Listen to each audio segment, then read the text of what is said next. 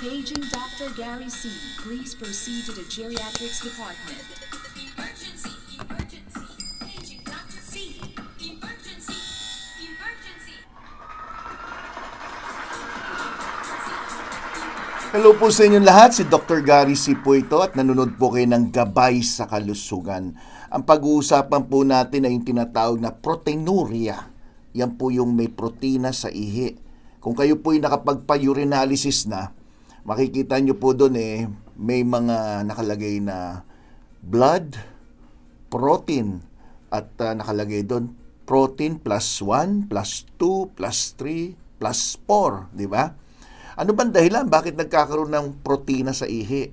Ano ang mga symptoms? Ano yung mga pwedeng maramdaman ng isang tao na kung sila'y naglalabas ng protina sa kanilang ihi? At ano bang dahilan? Bakit sila nagkaroon nito? Ito ba'y delikado? Ito ba'y sakit? Ito ba'y dahil lang sa kinakain? Aba, alamin natin. Unang-una, normally, tayo naglalabas ng napakaliit lang na protina sa ihi. Nagkakaroon tayo ng tinatawag na proteinuria kung napakarami ng protina na lumalabas sa ihi. At ito'y maring indikasyon na may problema kayo sa inyong bato.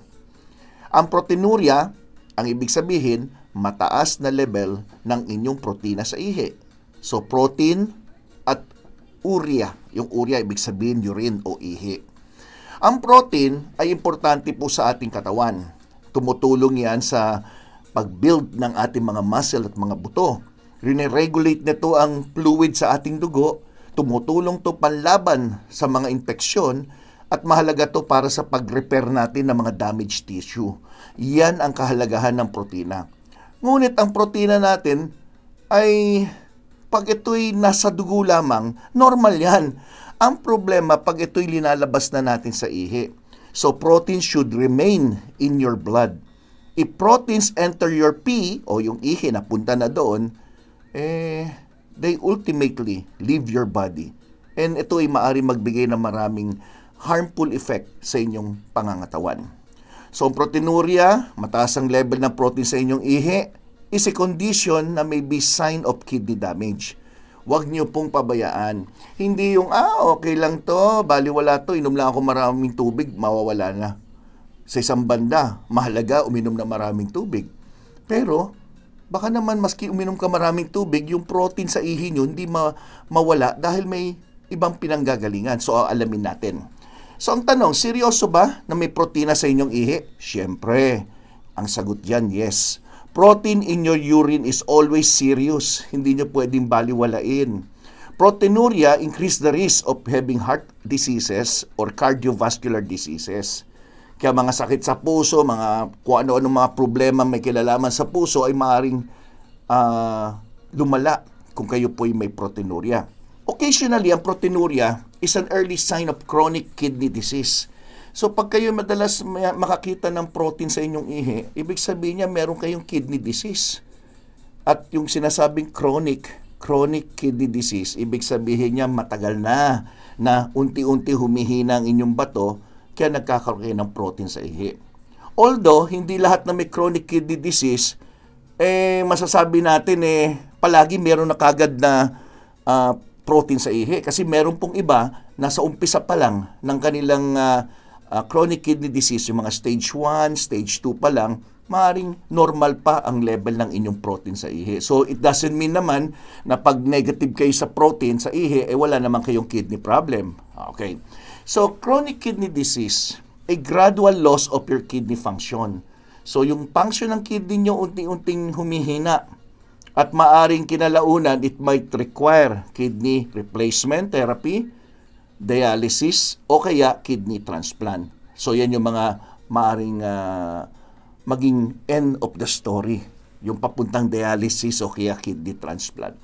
Ngayon, yung dalawang pinakapangunahing dahilan kung bakit nagkakaroon ng protein sa ihi ay yung sakit na diabetes saka yung high blood pressure.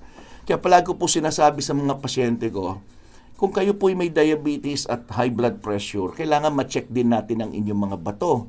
Ang isa sa simpleng paraan ay magpa-urine test o urinalysis. Pangalawa ay yung mga examination tulad ng mga blood test tungkol sa alamin yung creatinine, alamin yung BUN na tinatawag, blood urea nitrogen.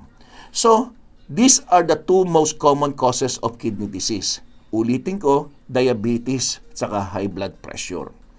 Ngayon, ano yung mga posibleng maramdaman nyo at ano mga dahilan bakit kayo nagkaroon ng proteinuria? Ito po yung mga pwede nyo maramdaman.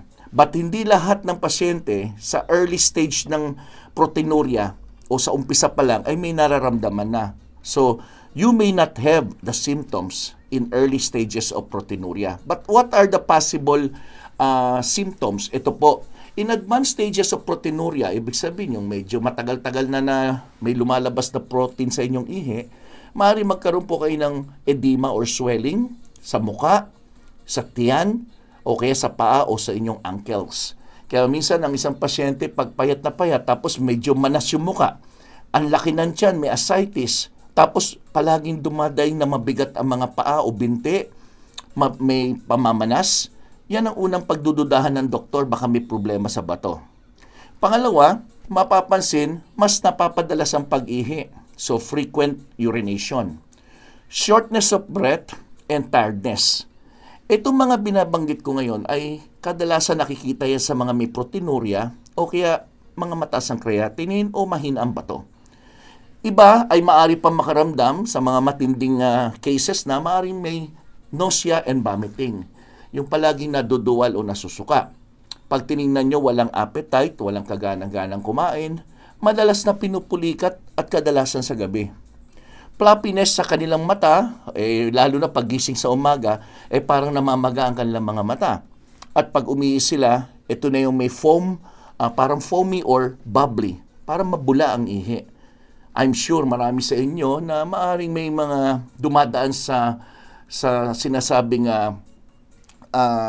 mahina ang bato, baka humantong sa dialysis, chinek yung creatinine mataas, tapos mababa yung tinatawag na estimated glomerular filtration rate. Then ang baba din ng red blood cell, mababa hemoglobin, namumutla. Yan ay kadalasan may kasamang proteinuria. So what are the causes? Ano yung mga dahilan bakit ka nagkaroon ng ganito? Pinakasimple na hindi naman sakit, dehydration. Posible po na ang isang tao na pag dehydrated o kulang sa tubig ay magkaroon ng protein sa ihi. Pangalawa, inflamasyon o kaya infeksyon. Pwedeng low blood pressure, pwede rin kidney stones. But magugulat po kayo na posible din po na pag kayo mahilig kumain ng red meat, lalo na karne ng baboy, baka, lamb, ito yung mga tinatawag na red meat. Pag nasobrahan kayo ng kain at kayo'y medyo may edad na, maaaring hindi kaya ng kidney at tumataas din ang protina sa ihi. So sa ganung paraan, ina-advise ng mga doktor, iwasan mo nang kumain ng mga red meat, obserbahan natin kung yung proteinuria nyo ay mawala. Mapapansin nyo yan. At hindi lang yon, palagi natin narinig na mag-exercise, pero meron din pwedeng dahilan na tumaas ang inyong protina sa matinding exercise. Ito yung mga intense exercises, lalo na yung mga nagbububuhat na, yung nahihirapan ng inyong mga muscle, pwede po magkaroon din ng proteinuria. Even yung mga mahilig mag-jogging, na sobrahan ng jogging, sumakit ang mga binte, sumakit ang hita, minsan nagbibigay din ng pagtaas ng protina. So, intense exercises. Stress, taking aspirin, kadalasan gamot na binibigay ito sa mga may problema sa puso o gustong palabnawin ng dugo, minsan nagbibigay din po yan ng proteinuria. Exposure to cold temperature, kung malamig ang inyong tinitirhan, halimbawa, anong bansa ay malalamig, alam nyo na yon, di ba? Ay maaari din mag-trigger ng proteinuria. Ano pa? More serious medical conditions na nagda-damage ng inyong kidneys ay nagbibigay din ng pagtaas ng protina sa ihi. So kung titingnan nyo po, mahalagang malaman natin, ma-identify natin ano ba ang dahilan bakit nagkaroon ng protina sa ihi. Sa ganung paraan, mas malalaman nyo kung ano yung dapat yung gawin o anong dapat ibigay sa inyo ng inyong doktor na mga payo. At magugulat kayo, may mga sakit po na may kinalaman sa inyong immune system o kaya may mga tinatawag na glomerulonephritis. Ito po ay infeksyon do sa mismong main function ng inyong kidney, no? Yung glomeruli.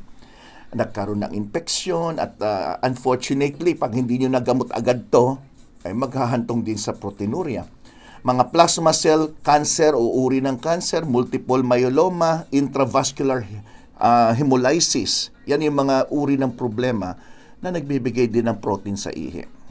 Bukod dyan, ang dami. Meron pong mga cardiovascular diseases, congestive heart failure, preeclampsia, yung mga babaeng buntis at sa kanilang pagbubuntis nagkaroon ng pagtaas ng blood pressure. Yan ay nagbibigay minsan ng positive protein sa ihi. Poisoning o pagkalason sa anumang dahilan, sinadya o na food poisoning, pwede rin. Trauma at kidney cancer. Ngayon, naalam na natin na ito pala yung mga posibleng dahilan. Importante ho na pumunta kayo sa inyong nephrologist. Nephrologist, mga doktor na tumitingin sa mga problema may kinalaman sa kidney, urinary tract ng isang tao, pati pantog kasama yan. So pumunta kayo sa isang nephrologist para masuri, malaman kung ano dito sa dami ng binanggit ko mga posibleng dahilan at ma-identify natin kung diabetic, alam nyo na, control yung blood sugar. Posible din na nagkaroon ng kidney stone dahil sa mataas ng uric acid, nabanggit ko yung kidney stone. Kadalasan naman, uric acid ang dahilan.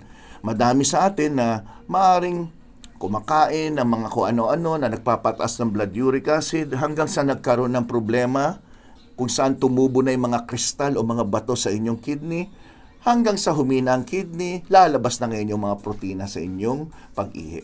So napakaraming dahilan, ang mahalaga malaman ko ng pinaka-root cause para maayos natin ang problema. Okay po ba? Sana may natutunan po kayo sa aking lecture. Ako po si Dr. Gary C., ang inyong gabay sa kalusugan. Huwag niyong kakalimutan mag-invite ng mga friends to join us here. At the same time, mag-iHeart GSK dyan sa baba. Okay? So maraming salamat po sa inyo lahat. Hanggang sa muli. Ako po si Dr. Gary C. Bye-bye!